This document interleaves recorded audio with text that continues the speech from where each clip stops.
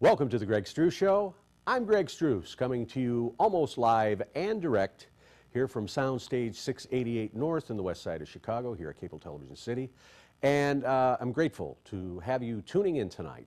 You know, it's been kind of interesting for me over the course of the past several shows, and actually the new year here in 2018, because I've been getting email from folks that are watching, and I was going on email the middle of last night, and I see that some people had written to me, and that takes a lot.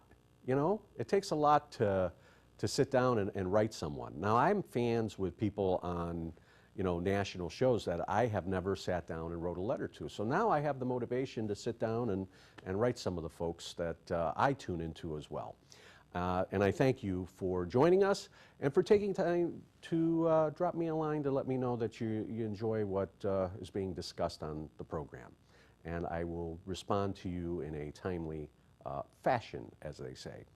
Today I want to talk a little bit about keeping it simple, all right? Now, I always come up with things that I want to discuss on the show, and usually as they relate to addiction and current events, all right, and recovery, because I think there's a lot of misinformation out there. And keeping it simple, stupid, is something that I learned. It was the KISS, K-I-S-S, not the wonderful music group KISS, but an acronym, I believe, is what it's discussed. It's called Keep It Simple, Stupid. And the gentleman who taught me that was the great Mr. Dr. John Malloy, which came out of a blooper on a show that I did in high school. I called him Mr. Doctor. Doctor replaces Mr. So there's no such thing as a Mr. Doctor, but he would always put in the closing credits, Mr. Dr. John Malloy. And he was a great man. And I met him my sophomore year of high school. He was in charge of the Thornton Television News Service, which was part of the speech department. Now it's Thornton's speech and drama department. And a long story of success that came from that. We won state in the competition play and speech, drama, and they were always trying to get me involved in the speech team, but I was tied up and really had a vision for my own future of doing television. And I unfortunately missed out on some things. And I remember one of the teachers telling me one time, Greg, you have your whole life to work. But people didn't understand that, you know, I didn't come from a family where my father was working and bought me a car, paid for my car insurance, things like that. I had to buy my own clothes, or grandma would help me with clothing and things like that. My father, had some emotional issues, was an alcoholic, and wasn't working, and there was a lot of stress in that. So one of the ways that I escaped home life was getting involved in communications in the radio TV program at Thornton Township High School back in 1983. And through that, I started a show, and it was funny because that summer, my neighbor bought a video recorder. Now, I had no idea of how television worked, let alone how to produce a program. And I decided, after having returned from Green Bay, Wisconsin, where I started, freshman year at Promontory High School. It was a Catholic all-boys school, and my Uncle Danny took me in and was going to give me a better life than what I had. And unfortunately, because of manipulation and other things, I ended up going back home. And I know my uncle was hurt, and our relationship was forever changed, even though I was a 14-year-old boy at that time. And years later, I remember a cousin asking me, well, why did you ever leave Green Bay, Wisconsin, when you could have had such a better life? And, looking back on it, yeah, I probably could have had a much better life, but it was very strict, and I didn't feel like it was home, because the dysfunction was what home was all about. It was about chaos, dysfunction, and kind of like the Trump White House at this point in time. And as you get older and you go through therapy and you change and you go through your own addictions and overcoming things, you kind of look back on things in a different way. And I really think that the one person who changed my life the most and put me on a path was Dr. John Malloy. He was the first person who really supported me in the sense that, you know what, you can do it. I remember thinking, like, as I tried out for the news, I beat out all the jocks. The morning announcements, I beat out all the jocks, all the real popular people, and I ended up making a name for myself. So as I started this show, I started a 10-minute show. It was Inside Thornton, and it was a 10-minute talk show. And they weren't really that great in the beginning. We had 3 cameras. It was a black and white studio, and, you know, we just did it. And I had my posse, as Arsenio had, and my group of friends that ultimately became my friends, the people who worked on the show and worked on shows after school. And it was great. It was a good experience. But I learned that keep it simple, stupid. And so that's what I'm doing right now. And it's funny, now people are starting to write. I was talking with Lee, who is our access coordinator out here, and he also produces the great show Community Connection, and directs that program as well, and invited me out to a taping.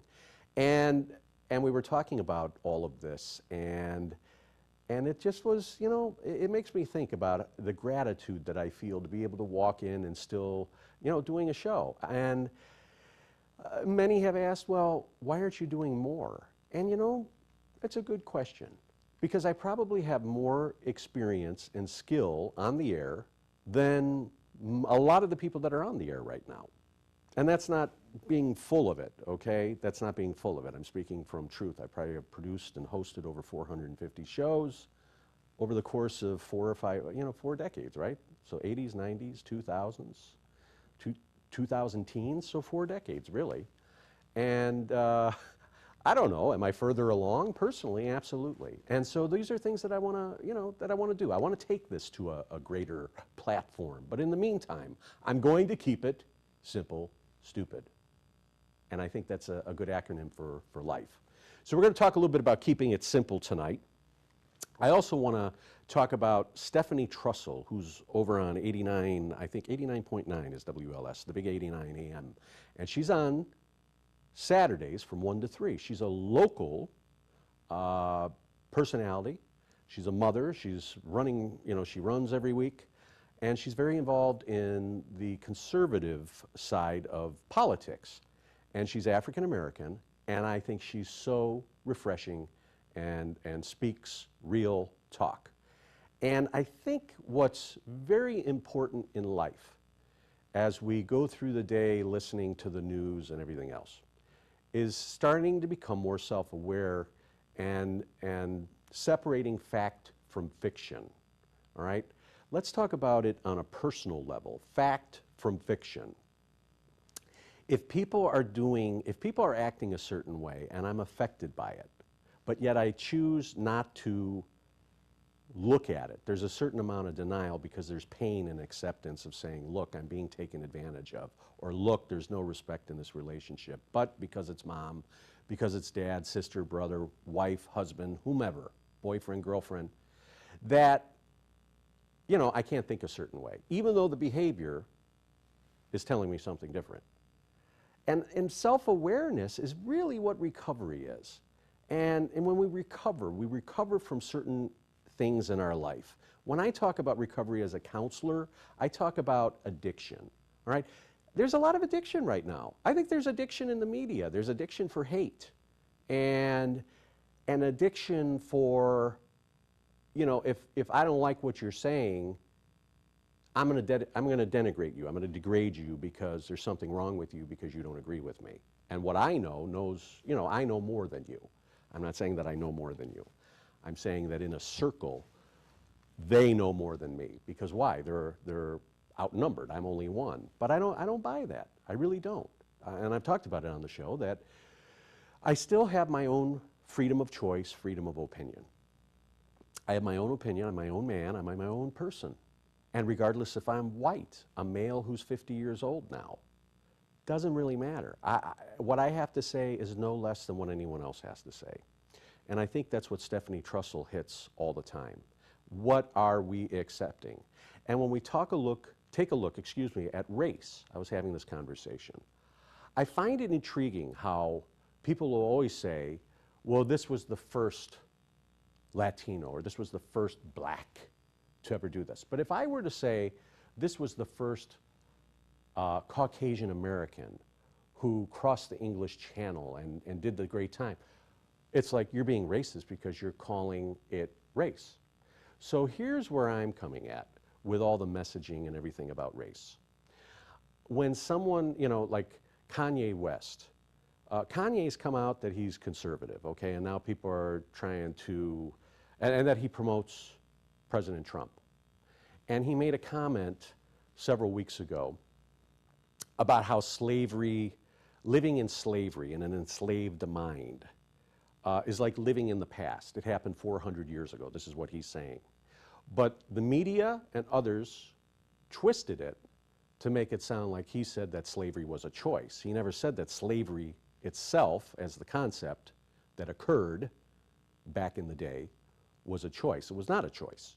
What he's saying is that today people are living in a certain belief system and keeping it alive instead of what? Finding the solution. What's the solution? And I think I can speak from this because I find it in my own behavior.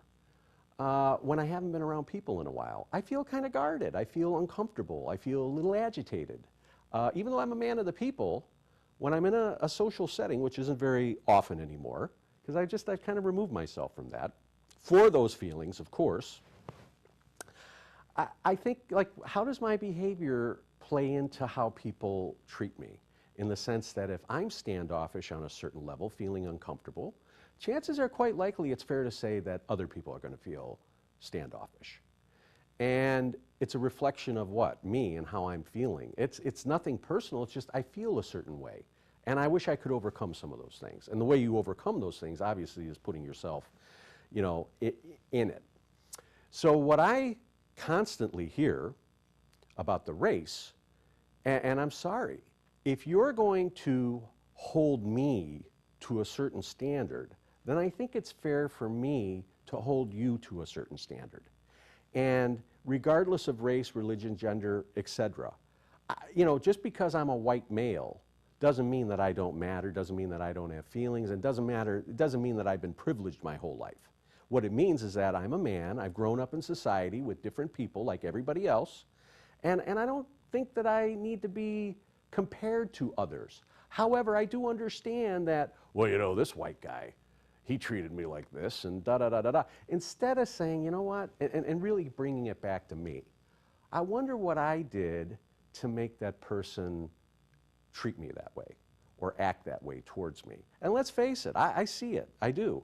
I see sometimes when a black person comes in, a white person is uncomfortable with that. If we're not comfortable with what we haven't been exposed to. And if we're watching things on television, it's usually not it's usually negative.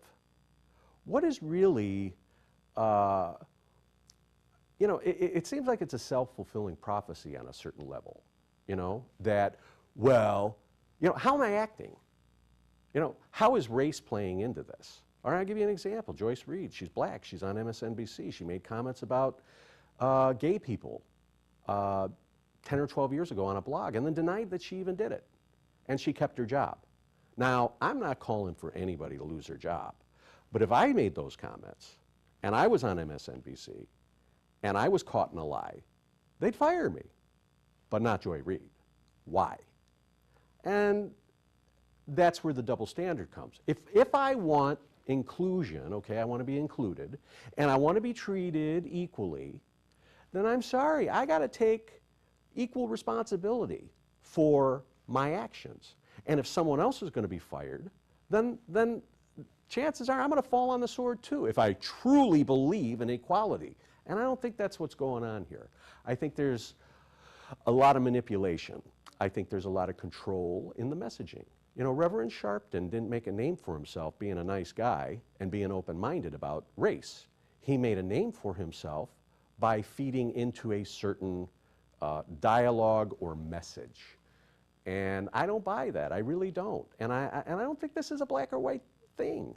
I think, if I'm going to come to work, I'll give you an example. If I'm going to go to a job and go to work, then I need to present myself in a way that is acceptable for the workplace. If I'm going to if I'm going to be in a workforce, I have to speak a certain way, all right? I have to act a certain way. I have to assimilate, right? In the sense that in order to fit in and in order to do the right things, in a workplace, I have to act professionally. Now, when it comes to this NFL, you know, the NFL and Colin Kaepernick, and I spent an enormous amount of time talking about this. You know, the issue of race comes in, but to me, this is not a racial issue. This is a respect factor. The fact that somebody is paying someone a very comfortable living to play football. That's it. All right? I am an individual as a professional. I'm just going to speak that if I was a professional athlete. Yeah, I have my own opinions. I have my own beliefs. However, I have to keep in mind that when I'm working for someone and I'm under contract, whether it's on television, radio, etc., my public life has to be pretty spotless. If I enter into controversial areas of conversation or begin to be singled out in a negative way that affects business in a negative way, how can I expect to remain employed? Because quite frankly, people aren't paying me for my beliefs. They're paying me for my skill set and my personality and what I bring to a job. And I think it really boils down to respect. And we have to respect the fact that other people may not agree with our opinions. And if it goes against the grain of, you know, what's acceptable, then I'm not going to be working. And that's it. It's got nothing to do with race, in my opinion. It has everything to do with how I'm acting. And if I'm acting ungrateful, and I'm acting as though it was owed to me, or that I'm more special than everyone else and I need special treatment, then chances are I'm a pain in the ass. And as Scotty Joe Vegas said it so eloquently, who wants to work with a pain in the ass? Nobody. I don't. Who wants to work with me when I'm a pain in the ass? Nobody. So anyway, we're going to talk about that. I think respect is very is very important. And it's also a requirement to live amongst other people. And I think that that's kind of what Kanye West was getting to with his slavery comments. Now, isn't this, you know, this is just amazing to me, because now there's a whole group of individuals that want to go to Adidas, that went to Adidas and say, you know, we don't agree with this guy, we think you should drop him because we're not going to buy your product. And they stood behind him. And you know what? I'll go out and buy 3 pairs of Adidas. I haven't worn Adidas in years. Just because Kanye spoke his mind and he's standing behind his comments. Now, because he's had some mental health issues, they're trying to say that it's because of his bipolar or whatever else. Those conditions do not affect cognition, all right? The way that I think or the way I process things. Cognition doesn't change cognition, doesn't change opinions if I'm up or down. It, you know, if he feels that way, yeah, sometimes manic depression is different, but people, it doesn't affect, in most cases, and I'm going to say this from experience, the way I think, all right? The way I process my thoughts. So that's real. And again, that's part of being duly diagnosed when somebody has an addiction issue. It's marijuana, booze, sex, other forms of drugs. You know what the big one is now? People pop pills. Pills are the big deal.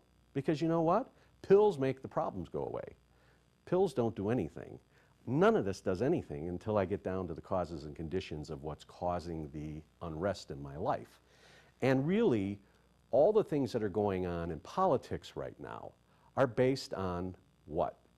They're based on humiliation, in a sense, that things didn't work out the way that I wanted them to, and accepting a loss and having to deal with that I can't change the outcome.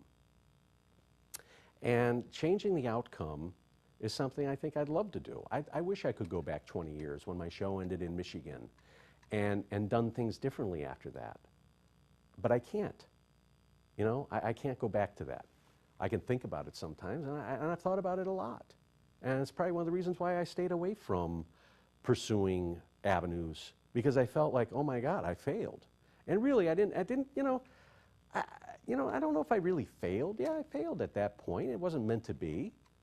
I gained a lot of knowledge out of that, but I put my entire life on the line for that show, you know, financially, emotionally, spiritually, physically. Everything in my life was about doing that show, and that's not healthy. And in a sense, you know, that enslaved mind, I think that's like a form of being enslaved in our thinking. It's not to say like slavery, comparing, you know, actual slavery, but in a sense of being stuck and not knowing how to move beyond that. And that takes time, and time takes time.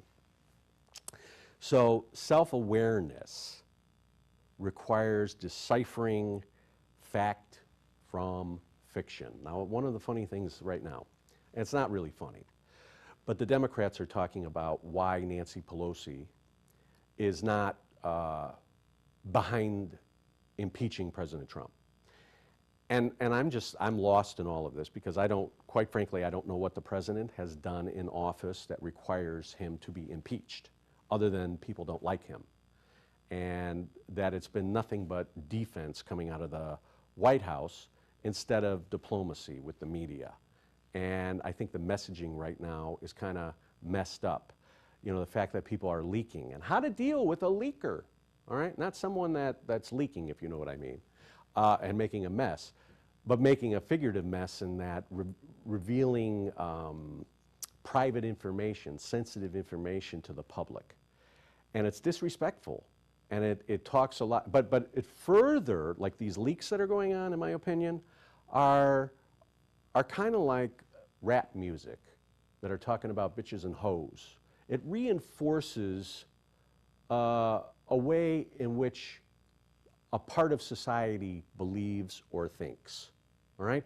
So when the leaks come out, people excuse the leaks because they feel the American people need to know. There's like some self-importance in that. But it also further feeds what? That we can't trust this president, or that this president is nuts, or that, you know, he's not doing things the right way. The right way or my way of thinking, or a certain party's way of thinking. You know, I just don't think this is right. I don't think it's right to constantly be accusing others of my own shortcomings. It doesn't work. It only feeds the negativity in my life. So when I'm accepting responsibility for myself and for my own behavior, I'm being accountable. I'm being accountable to who? Myself first, and then being accountable to others. And I'm not buying into any of this groupthink, all right, that CNN is pitching and that MSNBC is pitching and that Fox News is pitching, because it's, you know, let's decipher fact from fiction. What are the facts? The same with the Russian collusion storyline. I think if anything has come from this, it's been the fact that the FBI and the Department of Justice have been dirty. And it's exposed them in a way that they're going to get even with the president. I really believe that. And some people think that, you know, and I don't discuss this a lot, but I think for the sake of this program and the way that we're thinking and changing, that it's good to put it out there. I'm not saying, well, you know, everybody's innocent. Nobody's innocent in this. Listen, President Trump has had some bad behavior, absolutely. And he probably bit off more than he could chew, walking into a job that he had no experience in terms of government, and still beat everybody. That's what's great about this country. That's what tells you what's great about this country, is that anybody can be president. You know, if you're a multi-billionaire, of course. But somebody, a reality television star, real estate magnate, beat out 18 highly qualified, supposedly, right? Highly qualified. And just because somebody works in government doesn't mean they're highly qualified. Hillary Clinton was supposedly highly qualified. Yeah, well, okay, she was in the White House. She was the wife of President Clinton. But what happened, you know, all this, this is what's kind of convoluted in my mind and way of thinking. She wanted she wanted women to vote for her. Yet, her past did not really support women. Because when it came out that her husband was stepping out on her, it was easier to blame the other women than, you know, take her husband out, because that would hurt her political standing and future goal of probably running for president. But, you know, I didn't just say that. The thing is that when I'm accountable for me and what I think, and I stand behind what I say, it gives me credibility. And if I'm consistent, then it's, you know, it's harder to disprove those things. So if I'm consistent in what I'm saying, and I back what I'm saying with facts over fiction, then I think I have some credibility. Now, on this show, we talk about facts, we talk about fiction, we talk about, you know, this is just my point of view. That's it. I'm not an expert. I'm not an expert. But I like to call things as I see them. I don't think it has to be, oh, you're on the left or you're on the right. It has to do with life. And I think we need to go back to the basics. And this is what I was telling my friend Norma, who's been a police officer for 27 years. And, you know, she starts looking for a job 3 years before she retires. And I just love it because she's excited about leaving. But in the meantime, I think time is kind of passing by in the job, having 27 years of politics, 27 years of experiencing different losses in that job. You know, people moving on, retiring, passing away in the line of duty. It changes people. And I said, you know, maybe going back to the basics of what I enjoyed, you know, this is what I'm saying to her, what propelled, I'm having a hard time talking, what propelled you to get into police work, go back to the basics and ride out the rest of your career enjoying it. And I think that's what happens. We get so caught up in the negativity that we just become engulfed by it and feel that we can't change or take any kind of control or action because everybody around us is stuck in the groupthink and the group-minded way of thinking. And, you know, I've been all over the road with what we're talking about tonight, but I think it still comes back to having self-accountability and self-responsibility.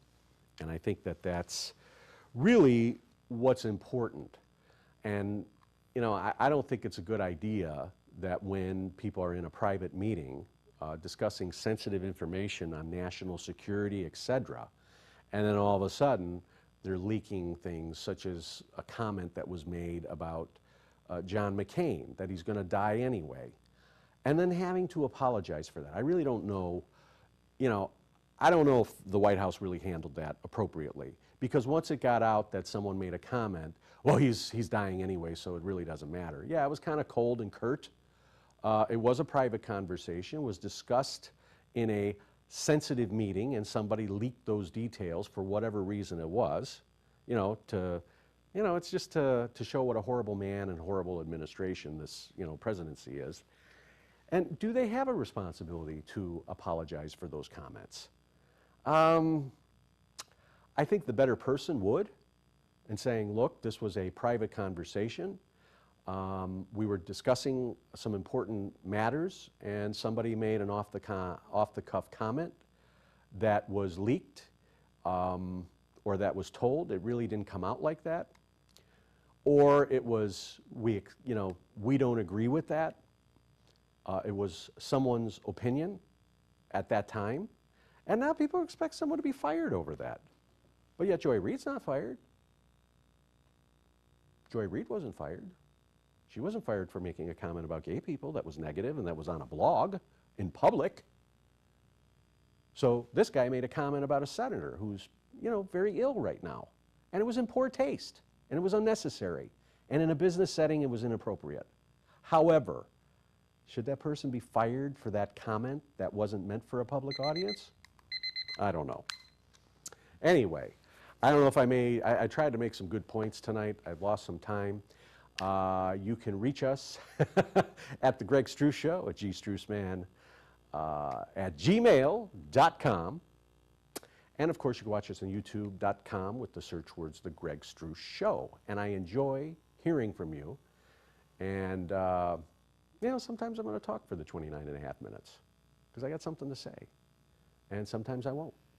Sometimes we'll stop and do some other things. But this week I just felt like rambling on, and hopefully I made some points that you can relate to. Anyway, Greg Struss, thank you for watching, and we'll see you again next time. Goodbye, everybody.